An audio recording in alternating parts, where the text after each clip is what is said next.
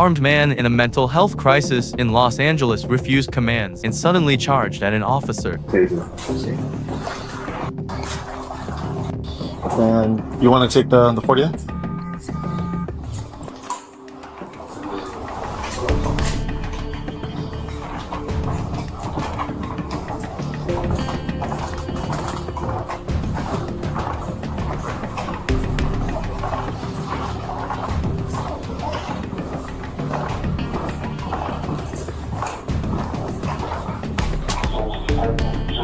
Facing a close-range threat, the officer opened fire to stop the attack.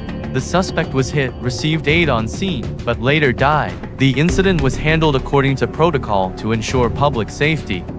Hey, Juan! He's still right. Hey, it's the police department! Hey, What? What? What?